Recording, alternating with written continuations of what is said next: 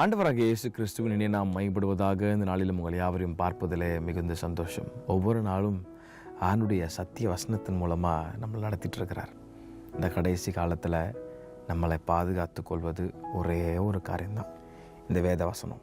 இந்த வேத வசனம் தான் நம்முடைய வழிகளை உறுதிப்படுத்தும், நம்மளை பாதுகாக்கும், தப்பான வழிக்கு போகாதபடி நம்மளை அழகாக கைட் பண்ணும். இந்த வேத வசனம் ஒரு மனுஷனுக்குள்ளே இல்லைன்னா பலவிதமான ஆபத்துகள், பலவிதமான பேரழிவுகளை, பலவிதமான காரியங்களை அந்த மனுஷன் வாழ்க்கையில் சந்திப்பான்.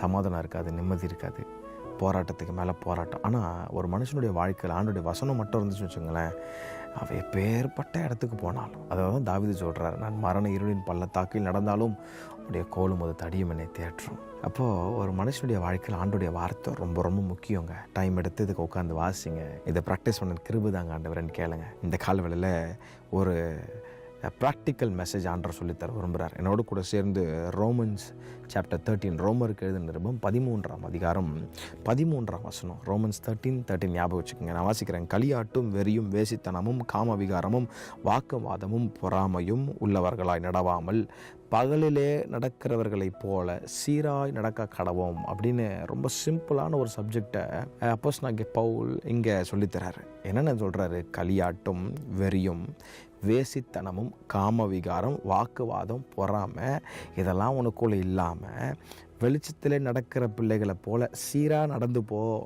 குறுக்கு வழியில் போகாத, தப்பான பாதையில் போகாத. உன் மனைவிக்கு உண்மையாரு, உன் பெற்றோருக்கு உண்மையாரு, உன் கணவனுக்கு உண்மையாரு என்றதை ஆண்டவர் ரொம்ப அழகாக இங்கே சொல்லித்தரார். களியாட்டு வேணாம், வெறி வேணாம், குடி வெறி வேணாம். இன்றைக்கி மோஸ்ட் ஆஃப் த கிறிஸ்டியன்ஸ், நேற்று நான் சும்மா அந்த பெசன்ட் நகர் பக்கம் போய் பார்த்தேன். பார்க்கும்போது ரொம்ப சில கஷ்டமான காரியங்கள்லாம் இருந்துச்சு. அதெல்லாம் களியாட்டு, வெறி, வேசித்தனம் வேணாம், காம விகாரம் வேணாம், அப்புறம் என்ன சொல்கிற வாக்குவாதம் வேணாம். ஒரே சண்டையாக தான் போயிட்டுருக்கு இன்றைக்கெலாம். பொறாமல் வேணாம்.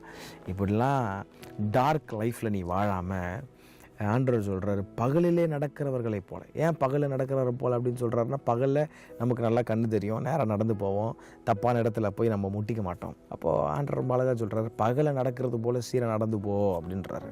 நான் உனக்கு போதித்து உண்மையில் கண்ணை வைத்து உனக்கு ஆலோசனை தருவேன்னு ஆண்டவர் சொன்னார். அப்போது ஆண்டவர்கிட்ட கேட்க போகிறேன், ஆண்டவரே நான் பகலில் நடக்கிற பிள்ளையை போல் சீராக நடந்து போக எனக்கு கிருபைதாங்க ஆண்டவரேன்னு கேட்கும்போது ஆவியானவர் உங்களுக்கு ஹெல்ப் பண்ணுவார். ஆமாம், அதனால் ஒரு நாளும் ஐயோ நான் என் பலத்தால் முடியும் அப்படி இப்படின்னு ஒரு நாள் உங்கள் பலத்தில் சார்ந்திருக்காமல் ஹோலி ஸ்பிரிட் கிட்ட உங்களை ஒப்பு கொடுத்துட்டிங்கன்னா அவருடைய பலத்தில் உங்களை கண்ட்ரோல் பண்ணி நடத்துவார். அது உங்கள் வாழ்க்கைக்கு ரொம்ப ஆஸ்வாதமாக இருக்கும். இந்த ப்ராக்டிக்கல் லெசனை ஃபாலோ பண்ணுங்கள். ஆண்டவரோட கூட வந்து உங்களை அற்புதமாக நடத்துவார். கர்த்தர் தாமே உங்களை யாரையும் ஆஸ்வதிப்பாராக. ஆமென்.